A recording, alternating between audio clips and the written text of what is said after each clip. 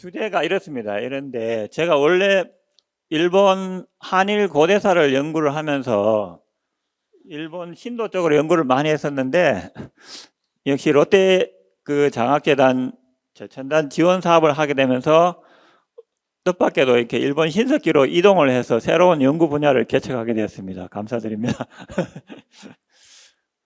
먼저 일본 중부 중앙고지라 그러면 좀 생소하실 수 있을 것 같아서 지형 소개를 한번 하도록 하겠습니다.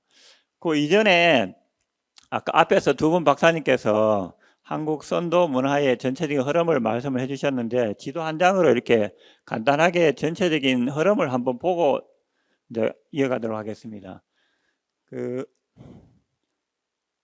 여기 보면 아까 말씀드렸던 흑룡강과 오소리강이 만나는 지점에 여기 소남산 문화가 있는데 여기 일기는 한 지금으로부터 한 16,500년 정도 올라가고 이 적석 재단이나 이런 제천 의기가 나오는 것은 지금부터 한 9,000년 전입니다.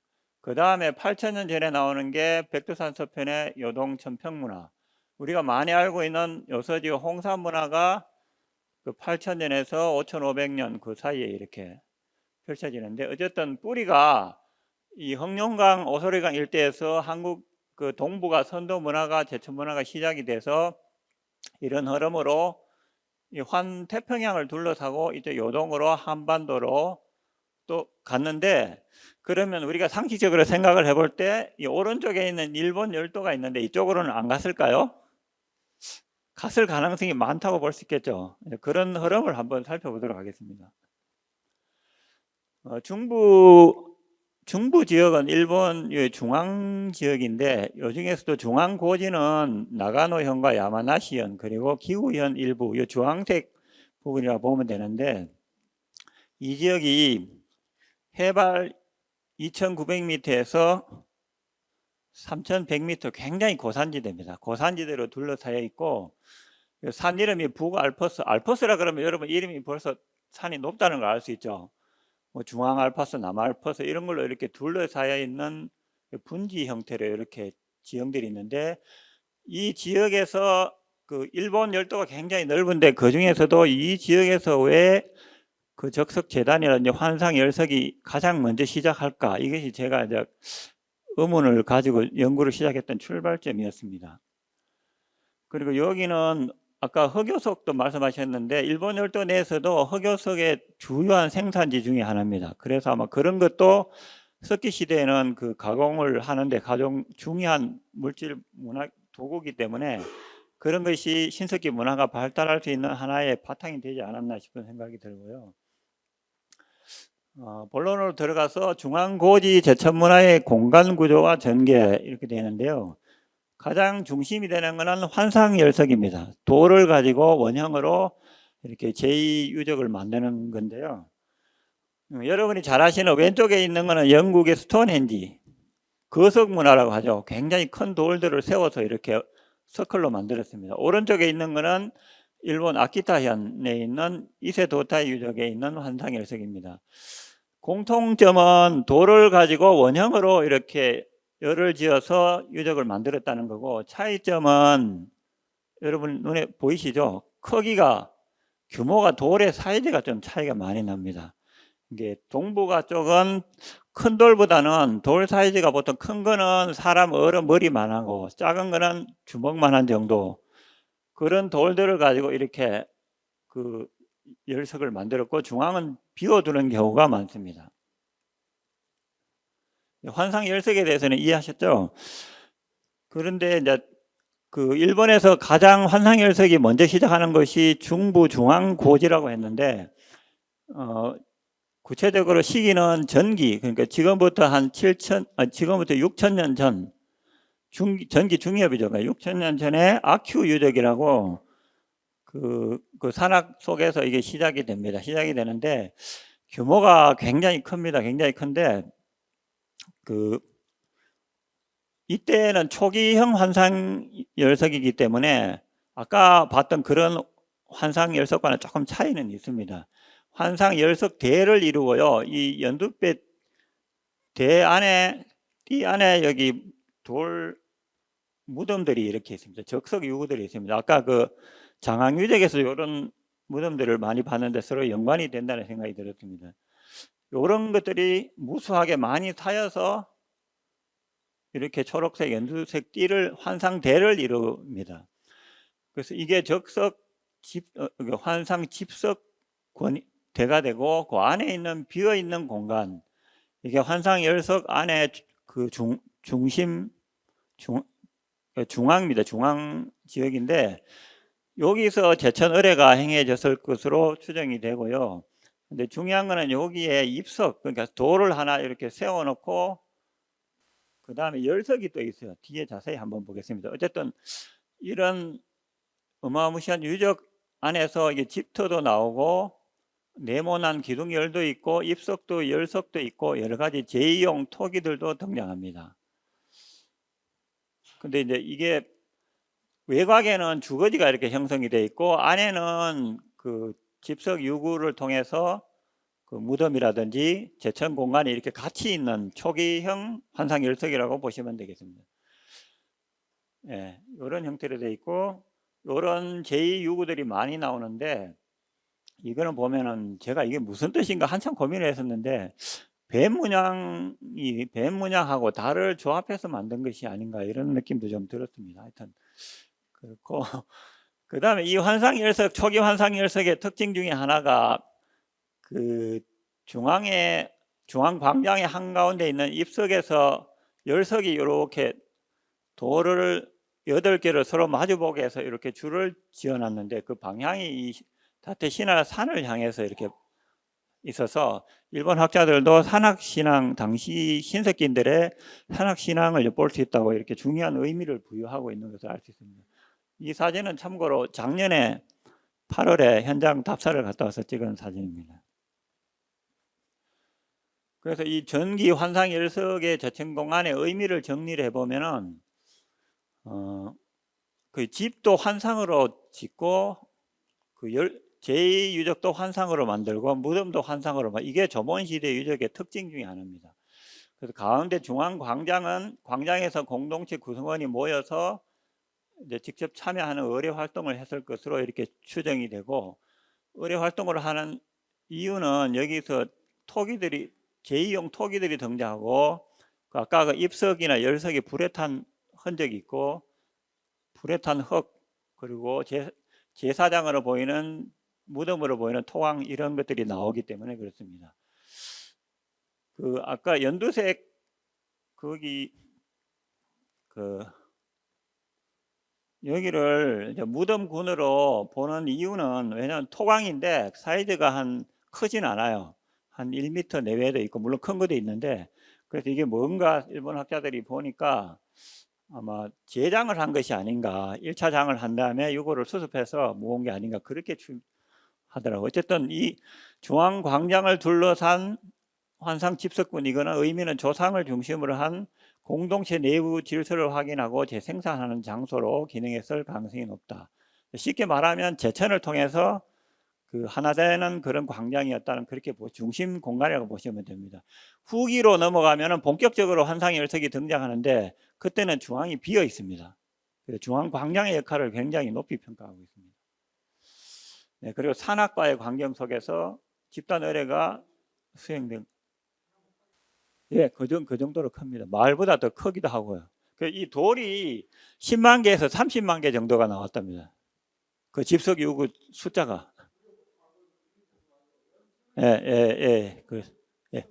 물론 이제 이게 발굴이 된 결과는 그 일부는 유실된 공간이 많아서 전체적인 걸 추정을 할 때 이렇게 원형으로 추정하고 이런 집중적으로 발굴되는 부분이 있습니다.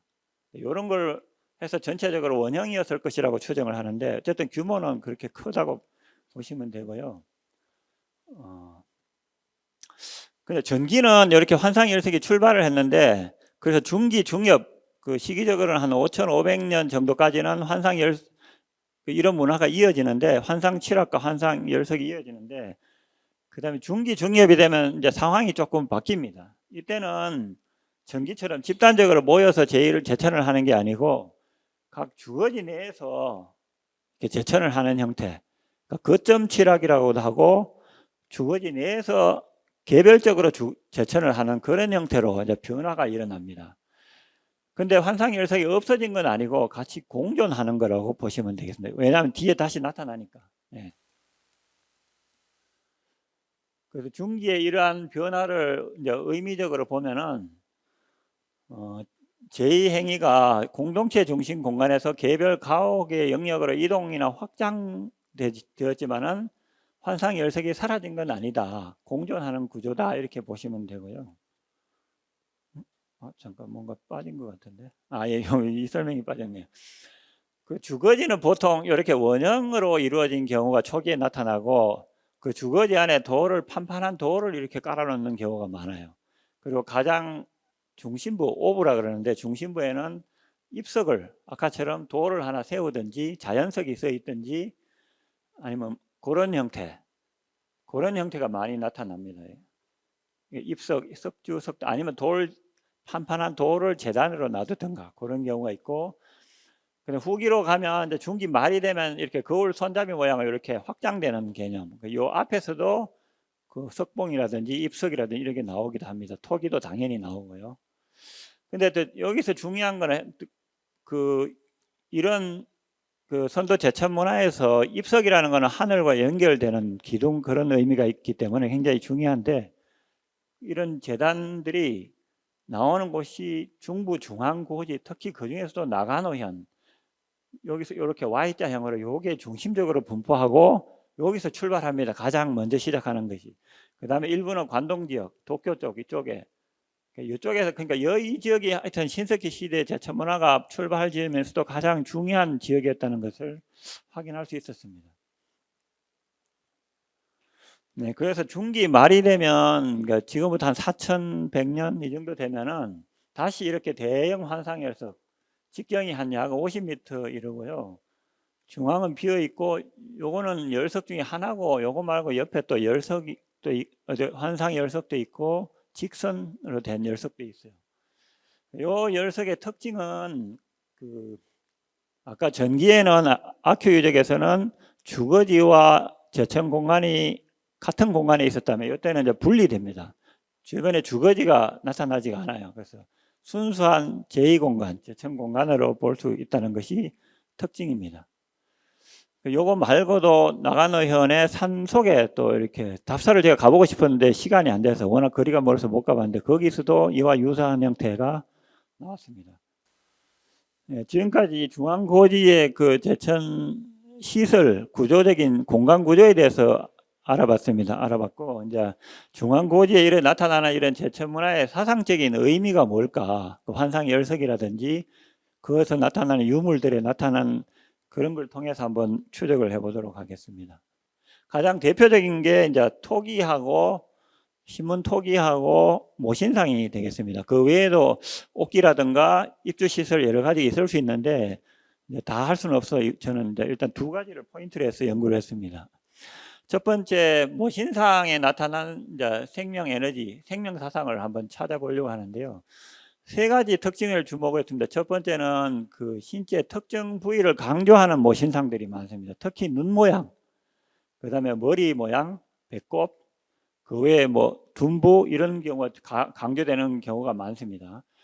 거기에 이제 문양이 새겨져 있다는 거죠. 문양이 새겨져 있는 경우도 있고, 예.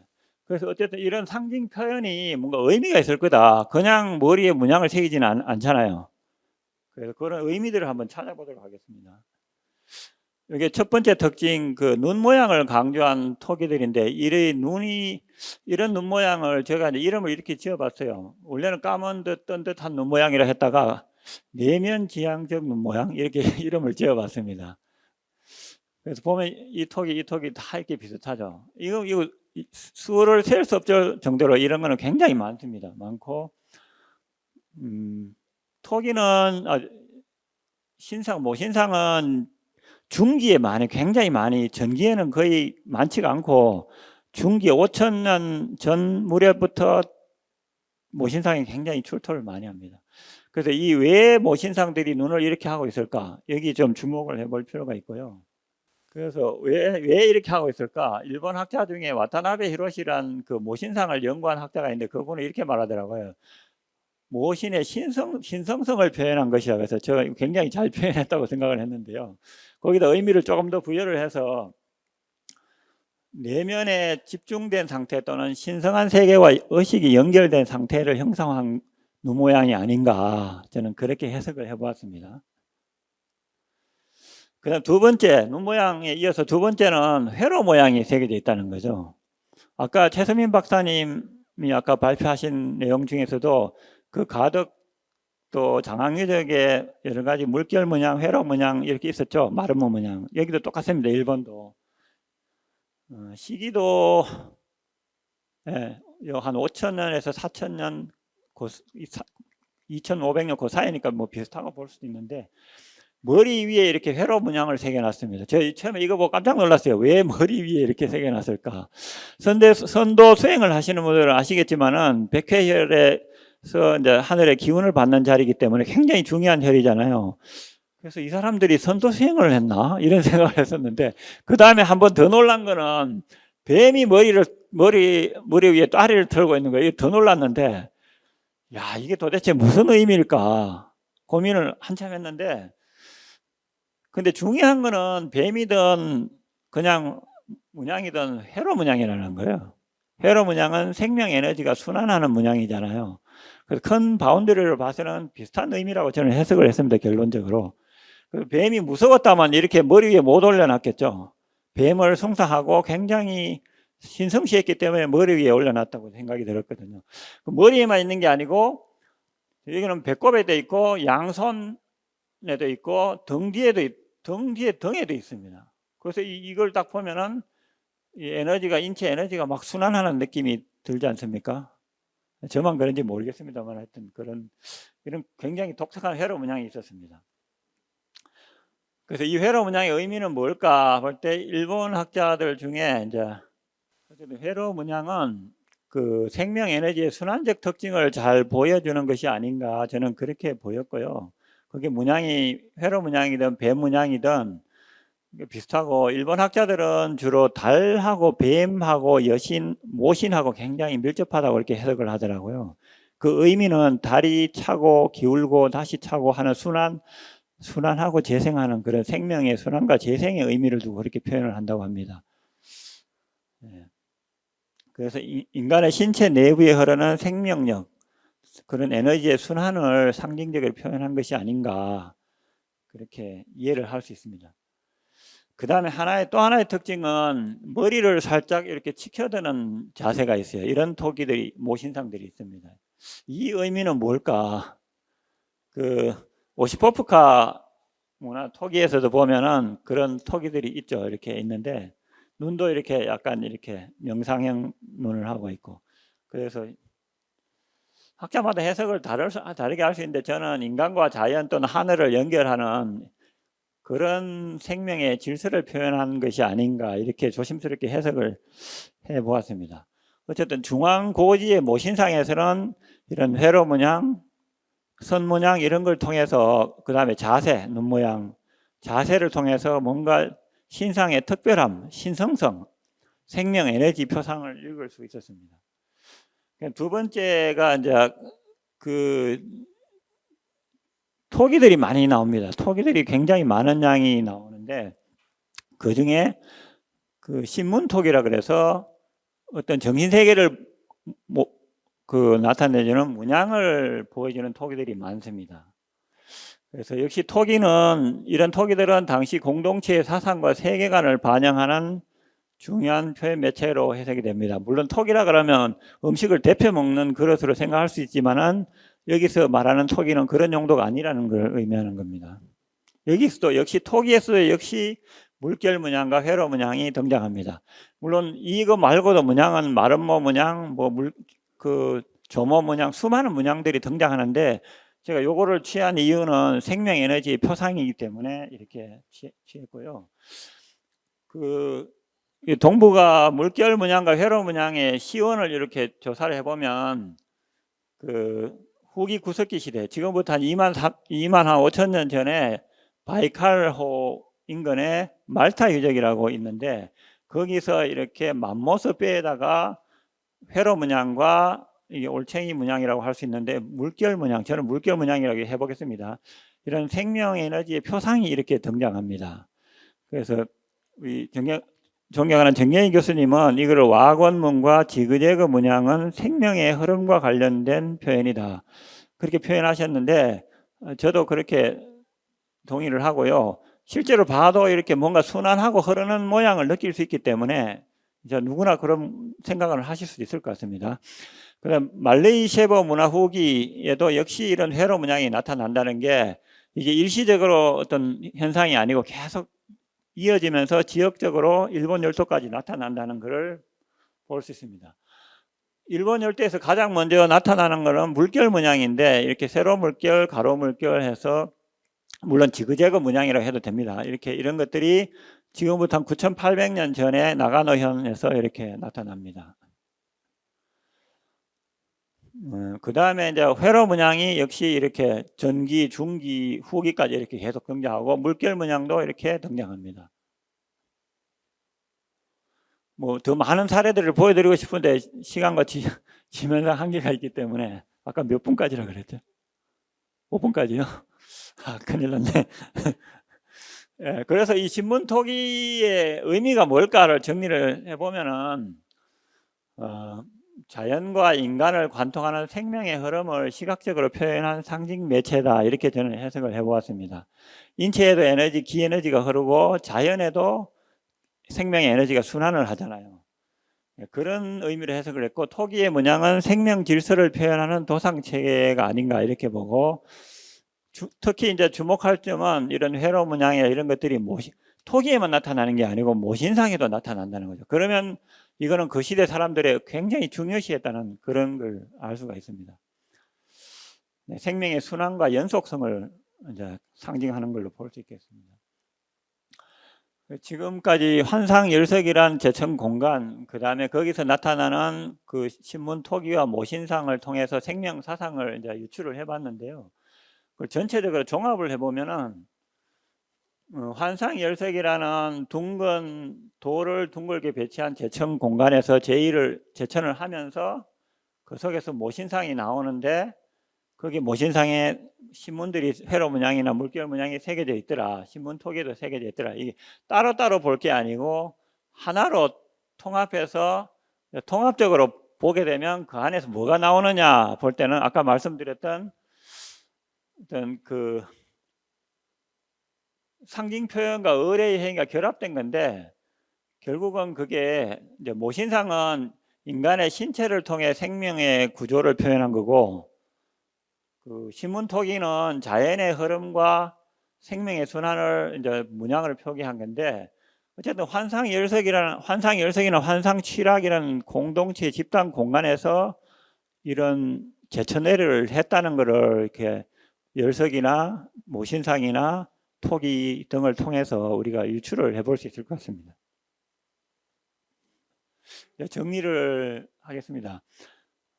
동아시아 제천 전통과의 비교를 통한 중앙고지 생명사상의 마고적 위상. 그래서 일본 열대에서 지금까지 나타난 그러한 그 제천 공간에서 생명사상이 우리 동아시아 그 선도 제천 문화 전통하고는 어떤 관계가 있는가.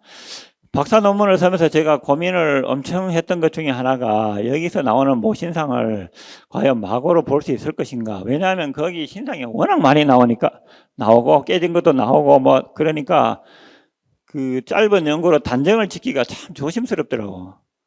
거기다가 뱀까지 나오니까 더 그랬는데 그래서 이제 이번 주제 발표를 하면서 또 고민을 계속 해봤습니다. 해보니까 공통점이 많습니다. 동부가 제천 전통하고 중앙고지의 어떤 제천 문화하고 공통점이 많은데 첫 번째는 환상열석이든 소남사 문화든 홍산 문화든 전부 돌로 제단과 무덤을 만든다는 거. 이게 공통점이고 그다음 제단의 입지가 구릉성이나 아니면 산악하고 연결된다는 거. 이거는 그 일단 일본도 공통됩니다. 일본 신석기도. 모신상이 나온다는 거. 오시포프카, 뭐 홍산문화 모신상 유명하죠. 모신상도 나오죠. 그다음 신문토기도 나오고, 신문토기의 세계적인 문양도 회로 문양, 물결 문양, 생명 에너지 표상들이 나오고, 이번 발표에서는 뭐 내용은 들어가 있지 않습니다만은 그 제천의긴 옥석기도 똑같이 나옵니다. 그런 여러 가지 종합해 봤을 때 그 내용의 질적인 차이나 그런 거는 좀 있을 수도 있겠지만은 중앙고지의 환상열석은 동아시아 제천 전통에서 나타나는 집단 의뢰 공간과 일정한 구조적 유사성을 지니는 것으로 볼 수가 있습니다. 이게 이제 제가 직접 답사해서 가서 작년에 찍은 사진인데요. 그 산악신앙과 관련되는 그 생명 질서를 표현하는 그런 모습인데, 나가노현 북쪽에 왓바라 유적이라고 있는데 여기가 북알퍼스 3,100m 높이고, 그 다음에 여기가 야마나시현 긴세 유적인데 이 산이 굉장히 높고 아름답습니다. 이게 높은 산이 있고, 여기는 여기 후지산 있죠. 후지산이 여기 있는데, 후지산 위쪽에는 우시이시 유적, 우석 유적이라는 환상 열석이 있고, 밑에는 시즈오카현의 생고 유적이라는 환상 열석이 있습니다. 둘 다 산하고 연관이 굉장히 많이 되어 있다는 걸 알 수 있습니다. 이거 말고도 또 있어요. 그래서 이 일본 신석기 시대의 환상 열석이 가지는 어떤 생명 질서에 대한 인식을 뚜렷하게 보여줄 수 있지 않나 생각이 되고요. 그래서 중북 동북 지역이나 한반도, 특히 우리가 아는 백두산이나 이런 데 보면 특정 산을 신성한 공간으로 인식하고 제천 의뢰를 수행하는 전통이 그 만년 이상 전부터 지금까지 이어져 오고 있잖아요. 그래서 중앙고지의 조문 유적들 역시 주변 산악 환경과 밀접한 관계를 보이고, 그래서 이런 중앙고지의 제천 문화는 산악 환경 속에서 자연의 생명력과 연결되려는 의례적 행위로 이해될 수 있으며, 이는 동아시아 제천 전통에서 나타나는 산악 신앙과 구조적인 공통성을 지닌다고 저는 그렇게 보았습니다. 그래서 정리하는 의미에서 표를 한번 만들어 봤는데요. 동아시아 신석기 제천 문화와 일본 열도 신석기 제천 문화의 공통점과 차이점 이렇게 비교를 해봤습니다. 재단은 돌을 사용한다는 것은 똑같고, 이제 홍사 문화나 이런 데는 3층 원방형 재단이 나온다는 게 굉장히 독특한 거고, 대신 일본 열도는 단층입니다. 대신에 3중 원형도 존재하긴 합니다. 그 다음에 재단의 입지도 유사합니다.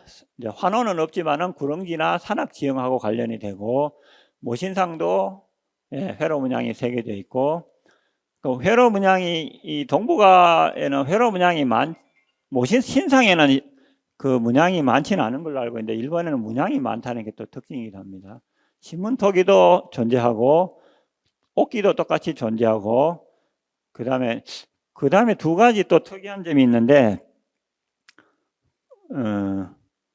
우리 동북아 제천 문화에서는 곰과 새가 중요한 유적에서 나오는 경우가 많습니다. 홍산 문화도 나오고 말타 유적도 나오고, 새는 이제 인간과 하늘을 연결하는 어떤 그런 메신저 역할도 하고 있기 때문에 선도 제천 문화에서 굉장히 중요할 것 같은데, 좀 더 조사를 해보긴 해야 되겠지만 일본 열대에는 이런 것들이 잘 없다고 합니다.